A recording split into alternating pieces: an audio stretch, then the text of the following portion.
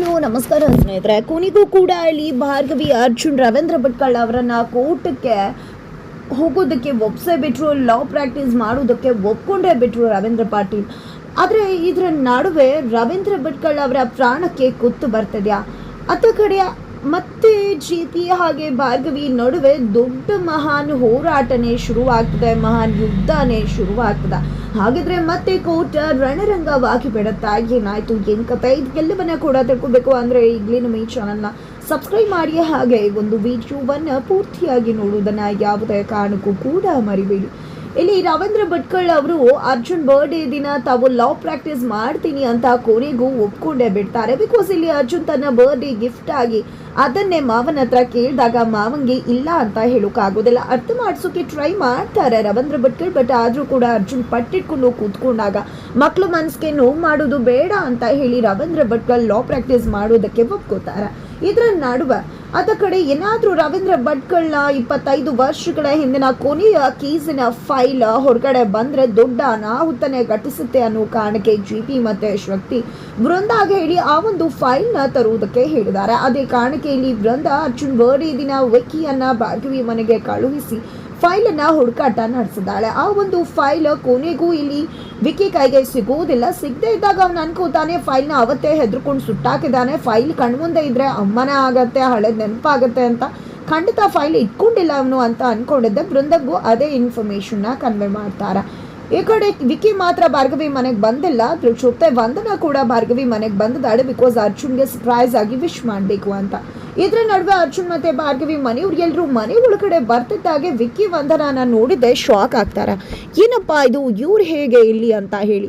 ಅದಕ್ಕೆ ಇಲ್ಲಿ ವಿಕ್ಕಿ ಸರ್ಪ್ರೈಸ್ ಆಗಿ ಅರ್ಜುನ್ ಬರ್ಡೇಗೆ ವಿಶ್ ಮಾಡಬೇಕು ಅಂತ ಬಂದ್ವಿ, ವಂದನಾ ಗಿಫ್ಟ್ ಕೊಡು ಅಂತ ಹೇಳಿದಾಗ ವಂದನಾ ಗಿಫ್ಟ್ ತೊಗೊಂಡು ಬಂದೇ ಇರ್ತಾಳೆ ಅರ್ಜುನ್ಗೆ. ಅದೇ ಕಾರಣಕ್ಕೆ ಗಿಫ್ಟ್ ಕೊಡೋಕೆ ಅಂತ ಮುಂದಾದಾಗ ನನಗೆ ಈ ಗಿಫ್ಟ್ಸ್ ಎಲ್ಲ ಬೇಡ ಅಂತ ಹೇಳ್ತಾರೆ. ಯಾಕೆ ಅರ್ಜುನ್, ನಾವು ಕೊಟ್ರೆ ಗಿಫ್ಟ್ ತಗೊಳ್ಳೋದಿಲ್ಲ, ನಿನ್ನ ಹೆಂಡತಿ ಕೊಟ್ರೆ ಅಲ್ವಾ ತಗೊಳ್ಳೋದು, ಹಾಗಿದ್ರೆ ನಿನ್ನ ಹೆಂಡತಿ ಕಾಸ್ಟ್ಲಿಯಸ್ಟ್ ಗಿಫ್ಟ್ನೇ ಕೊಟ್ಟಿರಬೇಕು, ಅದಕ್ಕೆ ಬೇಡ ಅಂತಿದ್ಯಾ ಅಂದಾಗ ಹೌದು, ನನ್ನ ಹೆಂಡತಿ ಕಾಸ್ಟ್ಲಿ ಗಿಫ್ಟನ್ನೇ ಕೊಟ್ಟಿದ್ದಾರೆ, ಬಟ್ ಅದನ್ನು ಬೆಲೆ ಕಟ್ಟೋಕೆ ಸಾಧ್ಯನೇ ಇಲ್ಲ ಅಂತ ಹೇಳಿದಾಗ ಏನದು ಗಿಫ್ಟ್ ಅಂತ ಹೇಳಿ ಇಲ್ಲಿ ವಂದನಾ ಕೇಳಿದಾಗ ಅದನ್ನೆಲ್ಲ ಹೇಳೋಕ್ಕಾಗೋದಿಲ್ಲ ವಂದನಾ, ಅರ್ಥ ಮಾಡ್ಕೋ, ಅದೆಲ್ಲ ಪರ್ಸ್ನಲ್ ಅಂತ ಹೇಳ್ತಾರೆ ಅರ್ಜುನ್.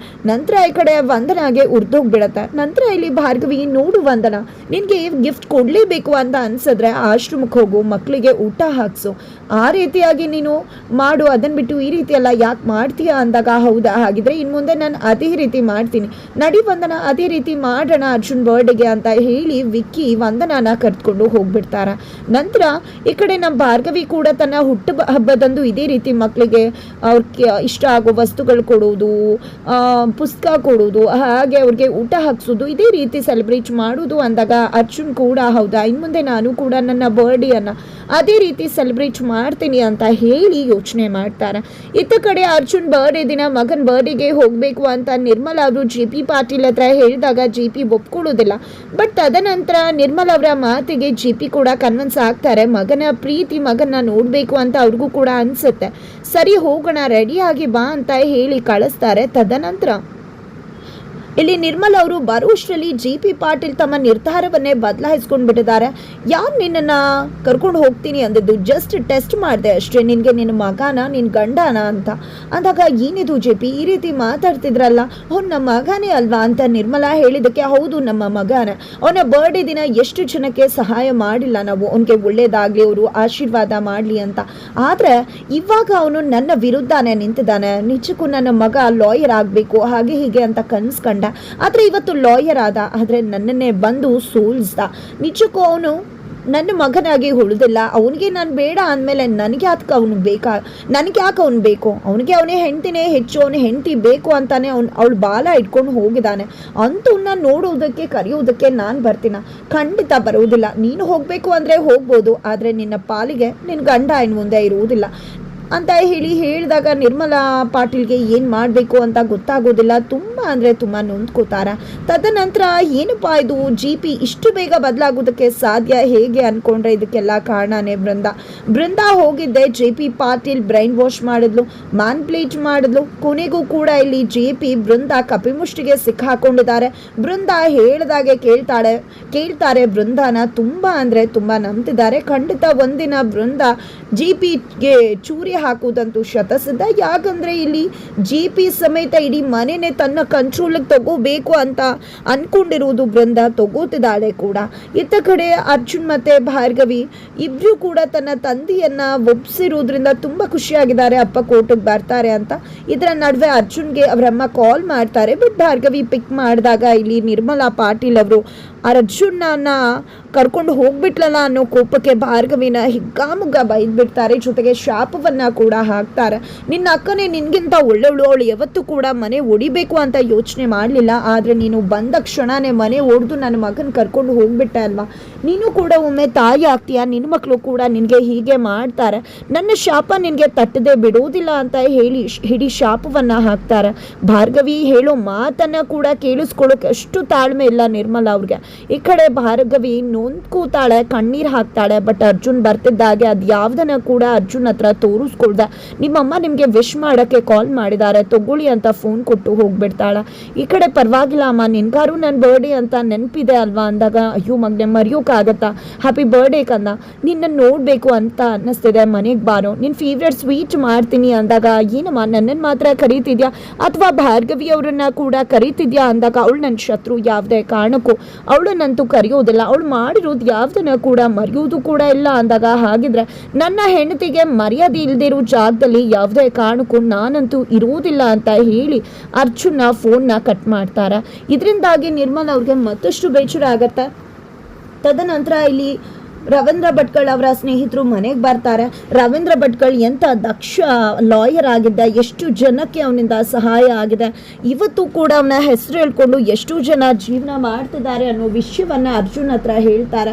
GP ಬೆನ್ನಿಗೆ ಚೂರಿ ಹಾಕ್ಬಿಟ್ಟ ಅವನು ದುಡ್ಡುಗೋಸ್ಕರ. ಇಲ್ಲಿ ರವೀಂದ್ರ ಭಟ್ಕಳನ್ನೇ ಫೋರ್ಚುನಿ ಮಾಡಿದಾನೆ ಅಂತ ಹೇಳಿ, ಫ್ರಾಡ್ ಅಂತ ಹೇಳಿ ಕೋರ್ಟಿಂದ ಹೊರಗಡೆ ಹಾಕ್ತಾ. ಇವತ್ತು ಮತ್ತೆ ರವೀಂದ್ರ ಕೋರ್ಟ್ಗೆ ಹೋಗ್ತಿದ್ದಾನೆ ಅಂತ ಗೊತ್ತಾದರೆ ಖಂಡಿತ ನಡುಗಿ ಹೋಗ್ತಾನೆ. ಅವನಿಗೆ ಸರಿಯಾಗಿ ಬುದ್ಧಿ ಕಲಿಸಲೇಬೇಕು ಅಂತ ಹೇಳಿದಾಗ, ಇಲ್ಲಿ ನಾನೇ ಅವ್ರ ಮಗ ಅನ್ನೋ ವಿಷಯವನ್ನ ಅರ್ಜುನ್ ಹೇಳಿದ್ದೆ. ಮುಂದೊಂದು ದಿನ ನೀವೇನೇ ಅಪ್ಪನ ಕೂಡ ಹೊಗಳುತ್ತೀರಾ, ಅಪ್ಪ ಸಹವಾಸ ದೋಷದಿಂದ ಈ ರೀತಿ ಆಗಿದ್ದಾರೆ, ಖಂಡಿತ ಅಪ್ಪ ಕೂಡ ಒಳ್ಳೆ ದಾರಿಯಲ್ಲೇ ಹೋಗ್ತಾರೆ, ಆ ರೀತಿ ನಾನು ಮಾಡ್ತೀನಿ ಅಂತ ಹೇಳ್ತಾರೆ. ತದನಂತರ ಇಲ್ಲಿ ರವೀಂದ್ರ ಭಟ್ಕಳ್ ಅವರು ಅರ್ಜುನ್ನ ಕೈ ಹಿಡಿದು, ನೋಡಪ್ಪ ನೀವು ಹೇಳಿದ್ರಿ ಅನ್ನೋ ಕಾರಣಕ್ಕೆ ನಾನು ಲಾ ಪ್ರಾಕ್ಟೀಸನ್ನು ಶುರು ಮಾಡ್ತಿದ್ದೀನಿ, ನಾನು ಒಮ್ಮೆ ಕೋರ್ಟನ್ನು ಧರಿಸ್ತೆ ಅಂದರೆ ದಕ್ಷ ಲಾಯರ್ ಆಗಿರ್ತೀನಿ, ಯಾವುದೇ ರೀತಿಯಲ್ಲೂ ಕೂಡ ನ್ಯಾಯ ಧರ್ಮ ನೀತಿ ಬಿಟ್ಟು ಬೇರೆ ಏನೂ ನನ್ನ ಕಣ್ಣಿಗೆ ಕಾಣಿಸೋದಿಲ್ಲ, ನನ್ನ ಕಣ್ಣು ಕಾಣಿಸೋದು ನ್ಯಾಯ ಧರ್ಮ ಮಾತ್ರನೇ. ಅದ್ರ ಮುಂದೆ ಏನೇ ಬಂದರೂ ಕೂಡ ನನಗೆ ಯಾವುದು ಲೆಕ್ಕ ಅಲ್ಲ, ಎಷ್ಟೇ ಆಪತ್ತು ಬಂದರೂ ಕೂಡ ನಾನು ಅದನ್ನು ಬಿಡೋದಿಲ್ಲ, ನನಗೇನಾದರೂ ಹೆಚ್ಚು ಕಡಿಮೆ ಆದರೆ ಖಂಡಿತ ನೀನು ನನ್ನ ಕುಟುಂಬವನ್ನು ಕಾಪಾಡ್ತೀಯ ಅಲ್ವಾ, ಮಾತು ಕೊಡು ಅಂತ ಹೇಳಿ ಅರ್ಜುನಿಂದ ಮಾತು ತಗೋತಾರೆ. ಅತ್ತ ಕಡೆ ಮತ್ತೊಂದು ಹೊಸ ಕೇಸನ್ನು ತಗೊಂಡು ಬೃಂದ GP ಹತ್ರಕ್ಕೆ ಹೋಗಿದ್ದಾಳೆ.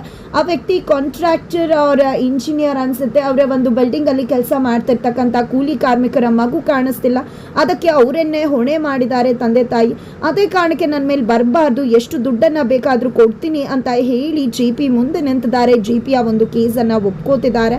ಇತ್ತ ಕಡೆ ಆ ಮಗುವಿನ ಕಳ್ಕೊಂಡಂತ ತಂದೆ ತಾಯಿಯನ್ನ ರವೀಂದ್ರ ಅವರು ನೋಡ್ತಾರೆ. ಅವರು ನಮ್ಗೆ ಯಾರು ನ್ಯಾಯ ಕೊಡಿಸ್ತಾರೆ ಅಂತ ಗೋಳಾಡ್ತಿರ್ಬೇಕಿದ್ರೆ ನೀವೇನು ಯೋಚನೆ ಮಾಡಬೇಡಿ, ನನ್ನ ಮಗಳಿದ್ದಾಳೆ, ಖಂಡಿತವಾಗ್ಲೂ ನಿಮಗೆ ನ್ಯಾಯ ಕೊಡಿಸ್ತಾಳೆ ಅಂತ ಹೇಳ್ತಾರೆ. ಮತ್ತೆ ಕೋರ್ಟಿನ ರೂಮ್ ಕತೆ ಶುರುವಾಗ್ತದೆ.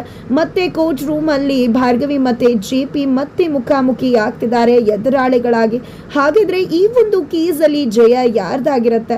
ಈ ಕಡೆ ಬೃಂದ ಕರ್ಮಕಾಂಡವನ್ನ ಬಯಲಿಗೆಳೆದು ಭಾರ್ಗವಿ GPಗೆ ಉತ್ತರಿಸಿ GPಯನ್ನ ಸರಿದಾರಿಗೆ ತರ್ತಾಳ, ಮತ್ತೆ GPಗೆ ಸೋಲನ್ನ ಕೊಡ್ತಾಳ. ಏನಾಗತ್ತೆ ಅನ್ನೋದನ್ನ ತಿಳ್ಕೊಬೇಕು ಅಂದ್ರೆ ಮುಂದಿನ ವಿಡಿಯೋಗೆ ವೇಟ್ ಮಾಡೋದನ್ನ ಯಾವುದೇ ಕಾರಣಕ್ಕೂ ಕೂಡ ಮರಿ